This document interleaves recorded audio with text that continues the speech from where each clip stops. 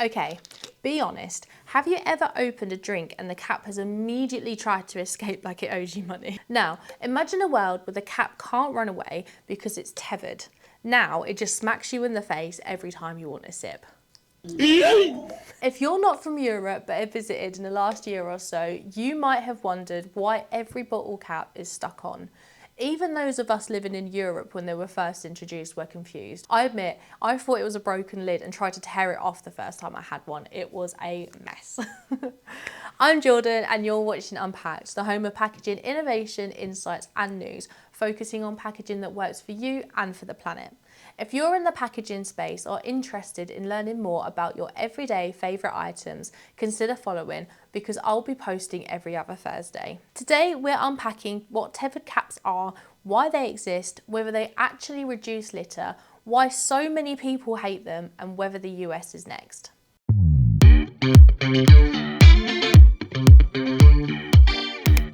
So, tethered caps are exactly what they sound like. Bottle caps that stay attached to the bottle after you open it, instead of the cap coming fully off. It's connected by a hinge or a strap, so it swings to the side while you drink it, and then you can close it again. If you're in the US and haven't seen them much yet, that's because this design was pushed hard by European regulation. Not because everyone collectively woke up and said, you know what I miss? Mild inconvenience. In the EU, tethered caps become a big deal because of the Single-Use Plastics Directive, which started on the 3rd of July 2023. Certain beverage containers sold in the EU have to have their caps/lids that remain attached during their intended use. Why? There's two main reasons.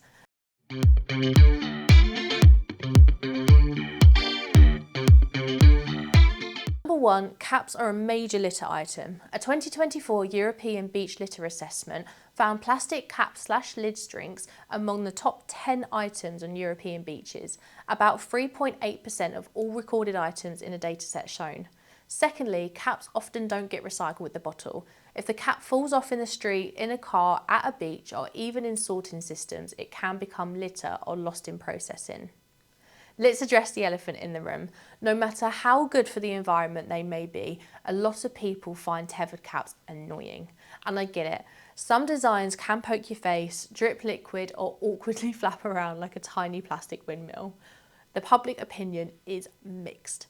In one YouGov survey reported by Packaging Europe, 32% of respondents tend to support an attached cap mandate and 21% were strong supporters. But in the Netherlands, a consumer poll cited by a Dutch broadcaster said that 85% of respondents found tethered caps inconvenient. So yes, some people kind of support the idea, but many others feel their bottle became harder to use for a problem they didn't necessarily create.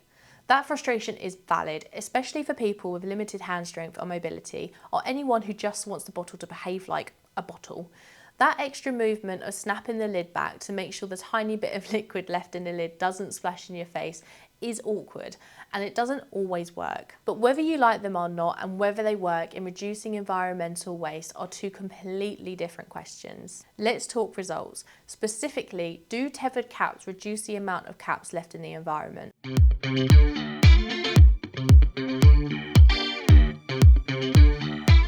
First, the why this matters baseline. The EU Beach Litter Assessment shows caps and lids are consistently among the top recorded items, and the chart lists plastic caps and lids drinks at 3.8% of all items. In the UK, Beach Clean data has also highlighted them as a frequent find. One reported summary noted plastic caps showing up on 88% of surveyed beaches for that data set and year. Globally, clean-up organisations repeatedly report bottles and caps or lids as common items collected. Ocean Conservancy notes these are among the top items collected via its long-running international coastal clean-up efforts. Now, do tethered caps actually improve that? Here's the honest answer. It's too early to tell. The EU-wide requirement only kicked in mid-2024 and robust, harmonised long-term monitoring takes time, but early signals and field observations exist. For example, industry and packaging reporting has pointed to early decreases in cap litter in some monitored areas, citing groups like Zwervenator, no, not the Terminator, I'll be back. Zwervenator in the Netherlands, though that kind of reporting is not the same as a finalised peer-reviewed EU-wide outcome study yet. Mechanically, the logic is sound.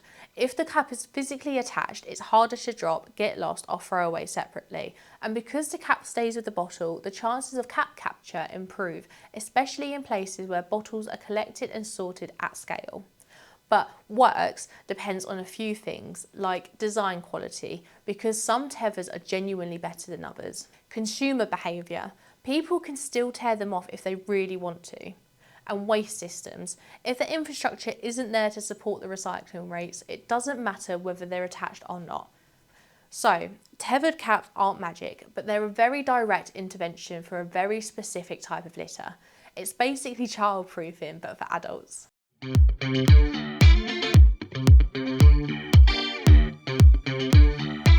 So, the other question you might be wondering, will the US begin to see these? As of recording, there's not nationwide US mandate, but there are signs of interest at state level. Packaging Industry Reporting has noted that California lawmakers advanced a similar idea, and it's been a point of debate with beverage makers. There are also proposals in other states. Resource Recycling reported on Illinois SB 132, which would require tethered caps alongside same resin requirements by the 1st of January 2027. To the layman like me and you, same resin means the same material, like a PET plastic. The realistic forecast is this. Short term, you may see tethered caps mainly where brands standardise packaging globally, or pilot future-proof designs. It can be expensive to design different bottles for different regions, and it might just make more sense to roll out the designs that are mandated in countries rather than just potentially preferred. Medium term, more state bills could appear, especially tied to recycling rules and packaging design guidance. Long term, if adopted, it will likely be piecemeal first, state by state, product by product. Now, here's the plot twist. Tethered caps target one problem, loose caps in the environment. But if you're asking what's the best way to reduce environmental waste whilst ensuring product safety and a great seal, then we should talk about something else. Foil closures. I've got to get them in there somehow. In all seriousness though, they really are a great option for some instances like on the go and single serve drinks, and here's why. They can be excellent for tamper evidence, shelf life protection, leak resistance, consumer trust, and of course it's recyclable. I hear what you're saying though, but they can be separated and lost forever just like the cap, and you're absolutely right. However, if it's not just about litter capture, there's still a solid alternative to more plastic, especially for single-use items. Now, foil isn't automatically better environmentally. It can introduce another material layer, and recyclability does depend heavily on local systems and how the packaging is constructed. But, and it's a big but, as a product protection tool, foil seals are genuinely strong, especially when the pain point you're solving is needing a reliable seal but without a million customer complaints because the closure experience got weird. So, a smarter systems approach can be using excellent tether designs, improving collection rates, using temper-evident foil when needed for safety and quality, packaging that's designed to be easy to recycle and harder to litter. You could say that we don't need a silver bullet, but a silver seal. I'll see myself out.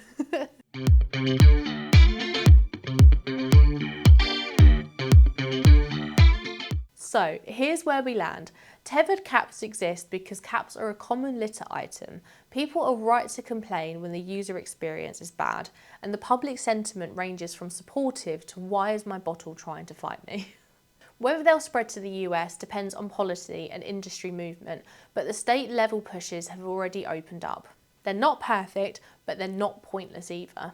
The best versions are the ones you barely notice because they keep caps out of nature without your drink spilling down your shirt.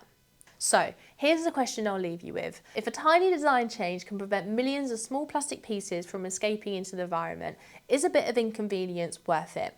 And who should be responsible for making it convenient? Consumers, brands, or regulators? Drop your thoughts or questions in the comments below and tell me what packaging topic would you like me to unpack next. Until next time, take a look at our socials for more interesting news, innovations, and behind the scenes insights. I'll pop the links in the description below. See you soon.